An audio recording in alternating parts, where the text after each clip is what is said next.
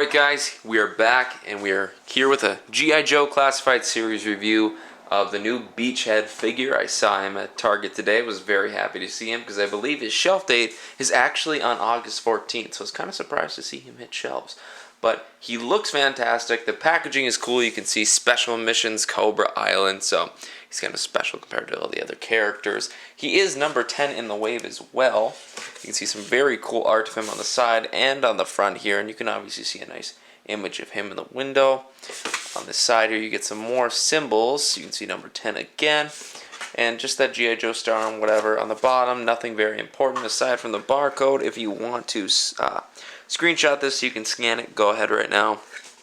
Otherwise, we'll flip it over to the back and get a nice image of Cobra Island itself. So that's very, very cool and different than the other packaging that we have seen in the past, so you can see. So very nice looking packaging, very new update that is kind of refreshing. Darken this up for you so you get a better look at it.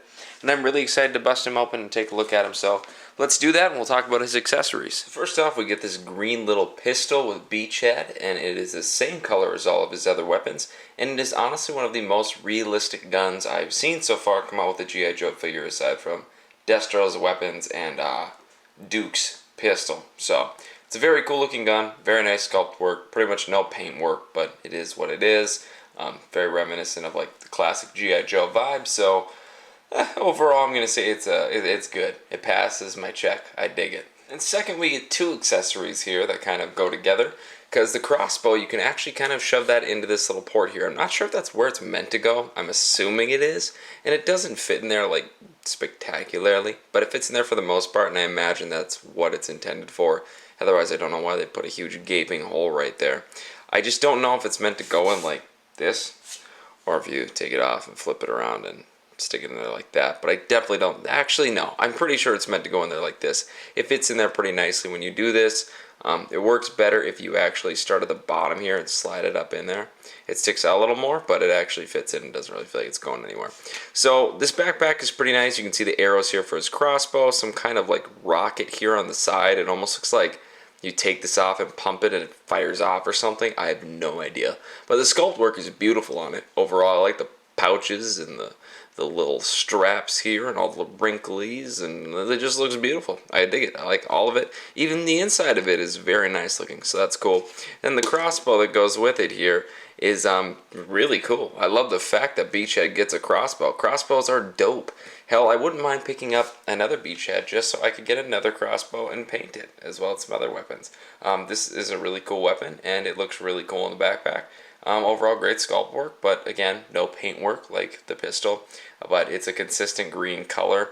And like I said, I think the old G.I. Joes had guns like this that were just one flat color. What kind of boggles my mind though is like, yeah, I get it's supposed to go with the green vibe, whatever, but Duke and Roadblock had painted weapons. So did Destro. He had a gold gun, so I mean, would it kill you to just add like a little bit of paint detail? Like just maybe a little bit of metallics, man. Like just, I don't know, show the end of an arrow sticking out here. Just something. Give us something. And then we get this knife here that is sculpted pretty nicely. You can even see the little bolts or nails or screws, whatever those are, right in the hilt there. That's very cool. Overall, just a nice sculpt on the knife. It's just a basic knife and it looks pretty cool. And then lastly, we get this cool little assault rifle, submachine gun kind of thing. I think it's an assault rifle. It's a little bit small, has like a smaller barrel, but I think it's an assault rifle. And it is pretty realistic looking until you see the front, where you can see it's a laser. It's literally like a freaking blaster from Star Wars.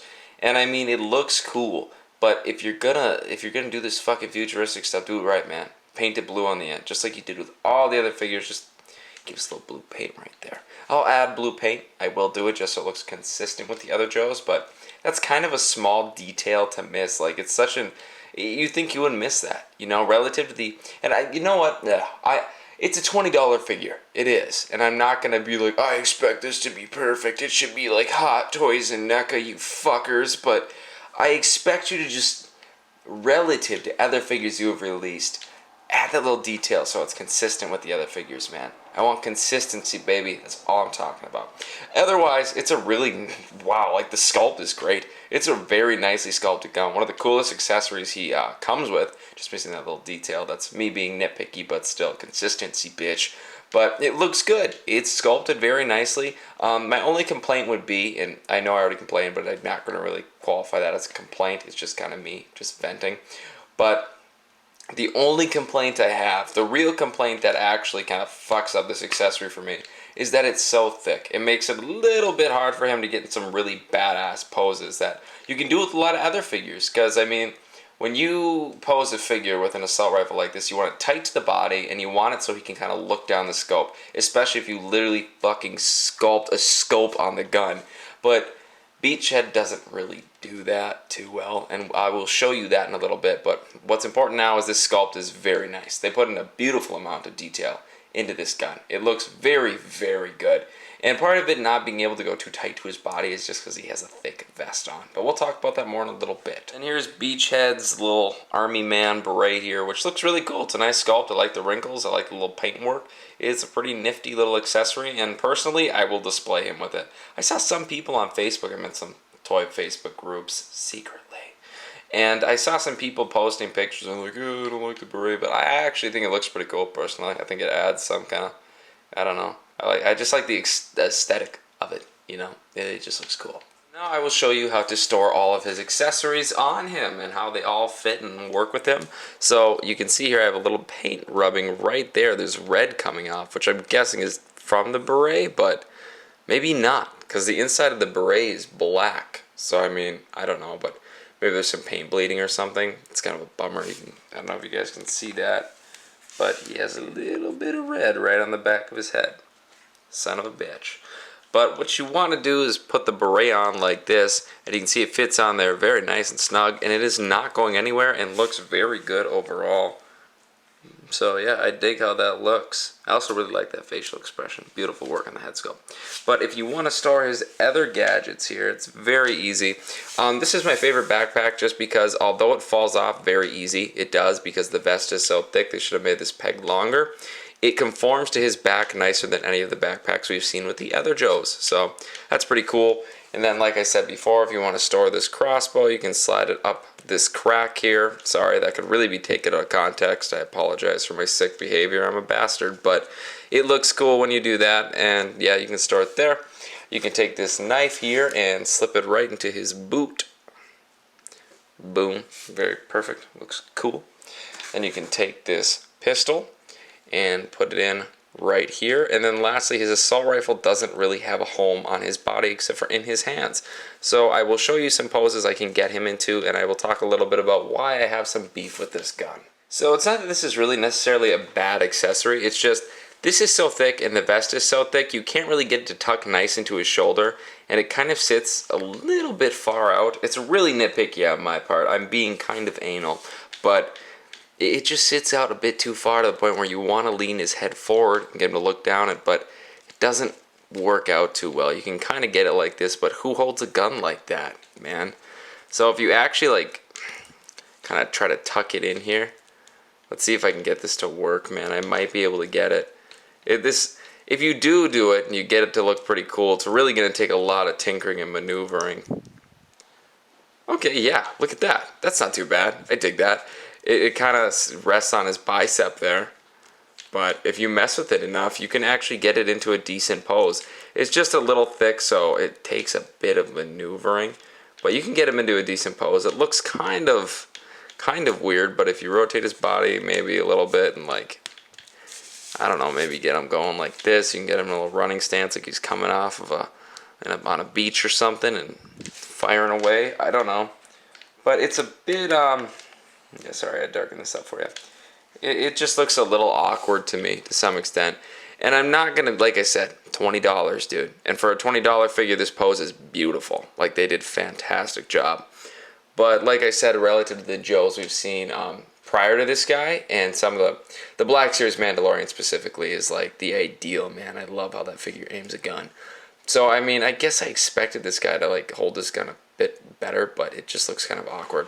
Aside from that, it fits in both his trigger fingers really, really well. It's not going anywhere, man. It's in there real snug, and they have the right articulation to really set up cool poses for this guy. This one has a joint that goes in and out, or no, it has, sorry, it has a joint that goes up and down like this. That's pretty cool. And this hand has a joint that goes in and out towards his body in a way. And they both kind of snap and pop. So that really helps if you want him to get in some really cool, badass poses with this gun. I know one pose I like to do that I explained in the Duke review. So if you haven't checked that out, literally go watch it now. What are you doing? Go watch it. One thing I explained in that video is, you see a lot of army men when they're standing in line, you know, taking orders or whatever, they kind of point their guns towards the floor or whatever, just kind of in a chill pose. And I like when you can do this with a figure, man. And when you have articulation like this where the hand pivots in and out or up and down, and you have the two pieces of articulation, you can actually make it work, man. But you can see here, this hand has some better plastic, I'll say that. Like a lot of these Joe hands are kind of hard plastic in the first wave. But this guy so far has some really soft plastic in his hands, so you can kind of get him to hold the guns a bit better. And you can see you can get him in that pose.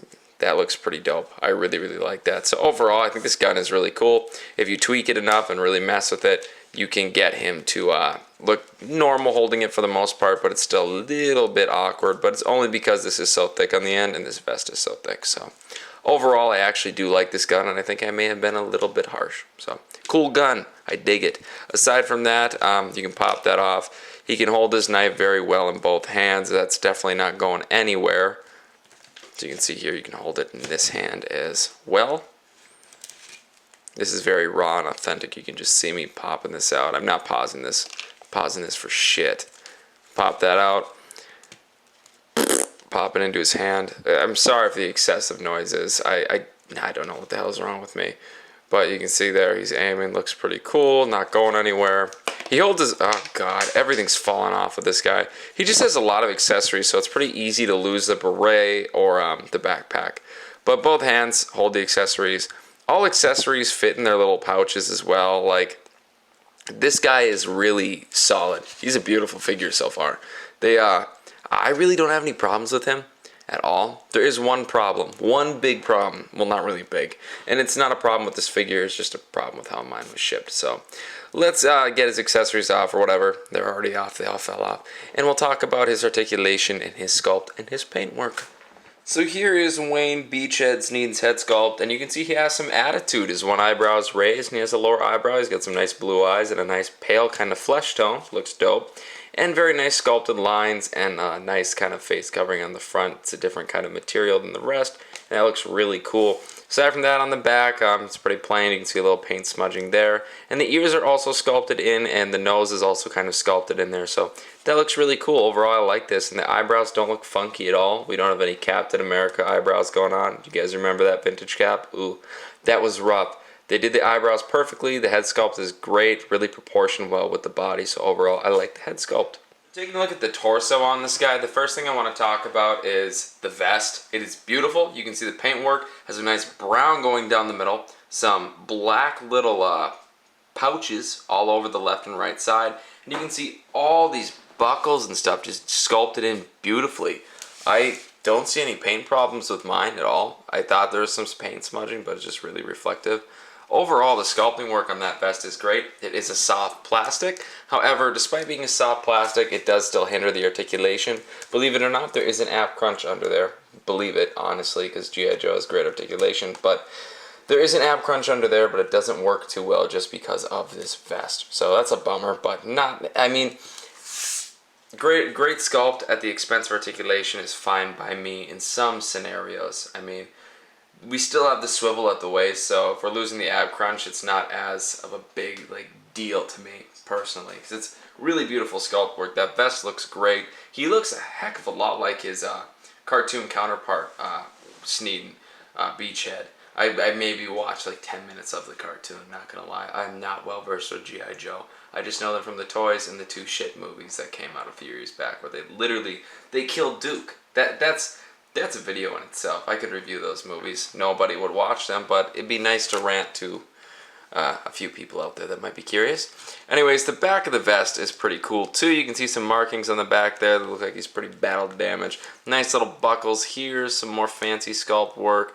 more buckles and straps and shit. Looks pretty cool in my opinion.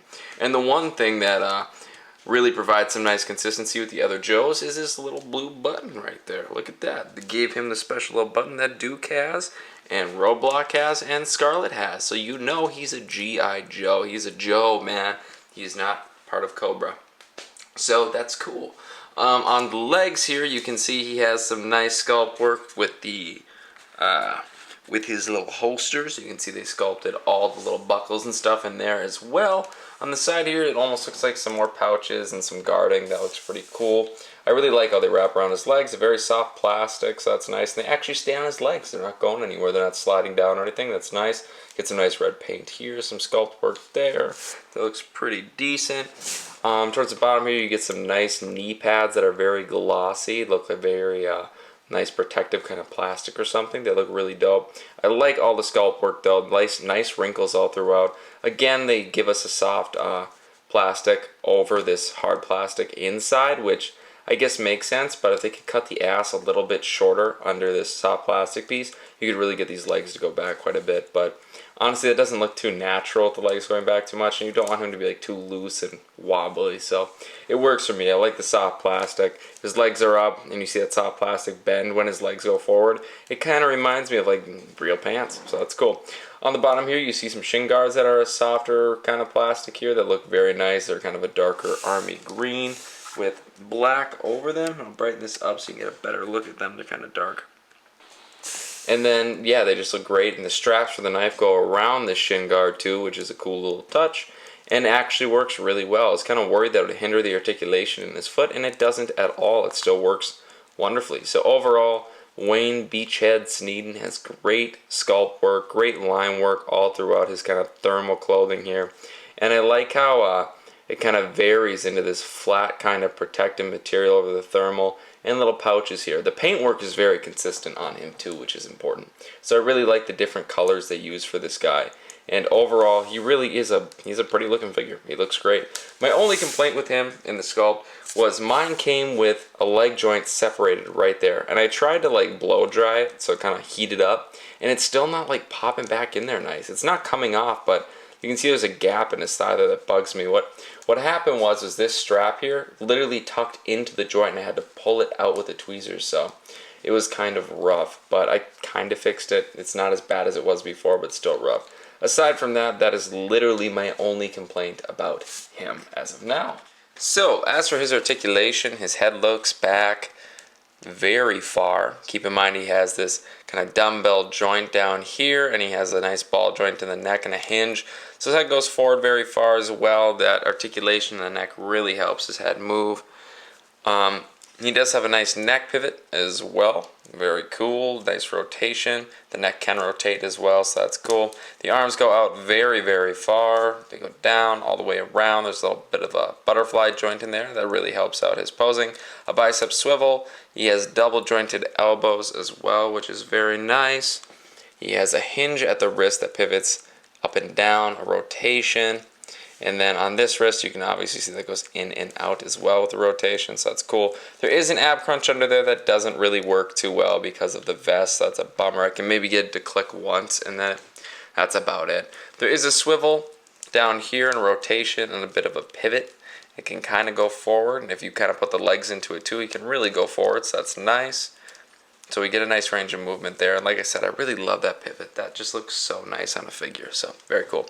The legs do drop down a little bit, so that's nice. His legs go forward, back, can go out very, very far, and like I said, that drop down is just, look at that, very cool. So you can pop those back in there a little bit, and they're pretty sturdy. They're not like loose or anything, so that's nice. But there is a rotation. He does, oh, look at that. His pad got messed up, so be wary of that. If you rotate, his pad might move into the inside of his leg if you have it like mine. So it's kind of a bummer, whatever. That's a bit annoying actually, but not really a huge problem. He's double jointed knees as well, a rotation at the calf, a hinge at the foot with an ankle pivot and that is his articulation. He's a very, very articulated figure, some standard G.I. Joe articulation. That is just beautiful. So here he is next to Snake Eyes and Duke, and you can see Duke is a little bit taller, and he's about the same height as Snake Eyes. Honestly, he might be just a tiny bit taller, but he's pretty much exactly the same. If you took the hair off of Duke, he might be closer to the same height. However, his shoulders are higher up than both of these guys' shoulders, so Duke's a bit bigger, but I'm going to say that's fairly accurate. And here he is next to a fantastic figure, man. Spy Master. And this decent Marvel Legends Captain America. If you can't hear the sarcasm in my voice, I'm sorry for you. But you can see Captain America is quite a bit taller. A lot taller. He towers Beachhead. And Spy Master is a little bit taller, so that's fairly accurate if you want to go pose him with your Legends. He definitely fit in just fine. And here he is next to the AI Predator, and honestly, I think you could make this work. I mean, the Predators are quite a bit bigger, and if you get some different angles with your camera, you could make it work. Looks kind of dope, It'd be kind of nice to have a couple army men for the Predator to terrorize. So overall, I'm going to say this figure is definitely worth $20.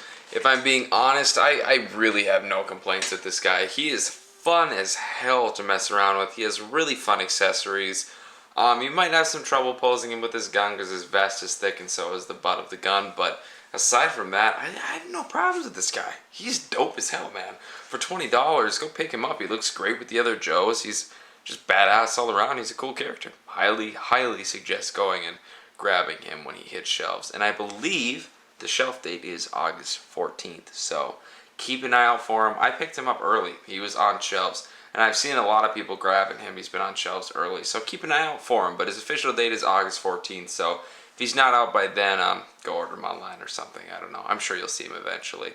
So anyways, guys, thanks for watching this video. Please hit the like button below. Please subscribe and stay tuned for more. If you haven't yet, go check out my other G.I. Joe reviews. Go check out my new paint tutorial I put up to paint figures. I have a bunch of other reviews in Star Wars, Legends, Mafex, Mezco, all kinds of stuff, so go have a good time and check out my other reviews. Anyways, thanks for watching this one. I absolutely appreciate it. It means the world to me, guys.